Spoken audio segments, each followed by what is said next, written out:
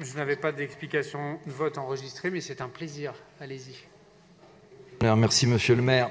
Madame Ibled, malgré toute la sympathie que j'ai pour vous, et nous nous connaissons bien, vous nous demandez là, en quelque sorte, d'approuver le plan étudiant du président Macron, un plan qui, vous le savez, arrive trop tardivement. 1 an de retard. 1 an que nous attendions de la part du gouvernement des mesures urgentes pour des étudiants en détresse psychologique, en détresse financière. Le plan, il aurait fallu nous le présenter il y a 1 an. Comme pour les masques, comme pour les tests, comme pour les vaccins, ce gouvernement est toujours dans la réaction et non dans l'anticipation. Il a fallu attendre que vous aperceviez que dans les files d'attente pour l'aide alimentaire, et nous avons distribué ensemble dans le 15e, qu'il y avait des étudiants. Pire, il a fallu attendre les premiers suicides pour que votre gouvernement réagisse.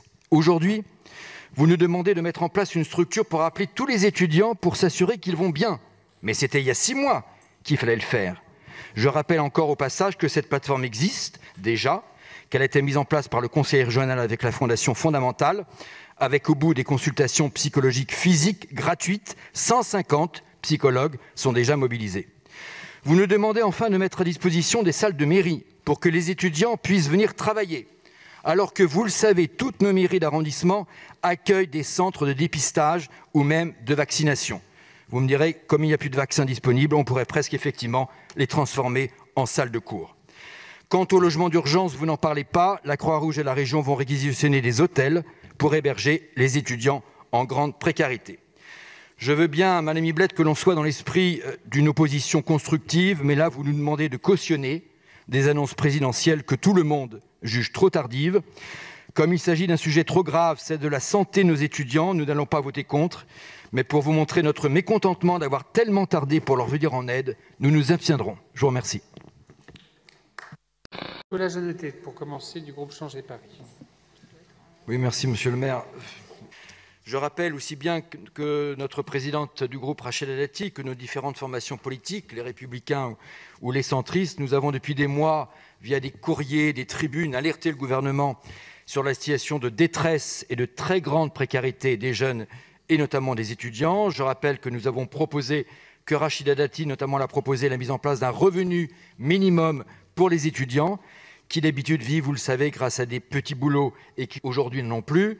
Je rappelle que le Conseil régional d'Île-de-France a expérimenté le versement anticipé des APL pour les jeunes en situation de précarité avec la Fédération des acteurs de la solidarité. Vous parlez dans votre vœu de revalorisation des bourses étudiantes. Je vous indique pour votre information que le Conseil régional a alloué à 11 112 élèves étudiants boursiers de formation sanitaire et sociale une prime de 150 € en décembre.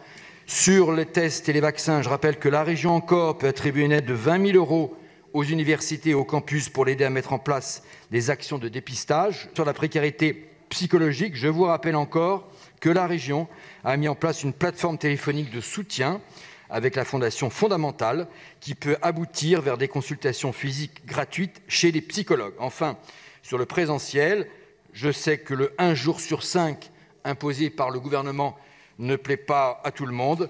Les étudiants demandent de plus en plus 1 semaine sur 3.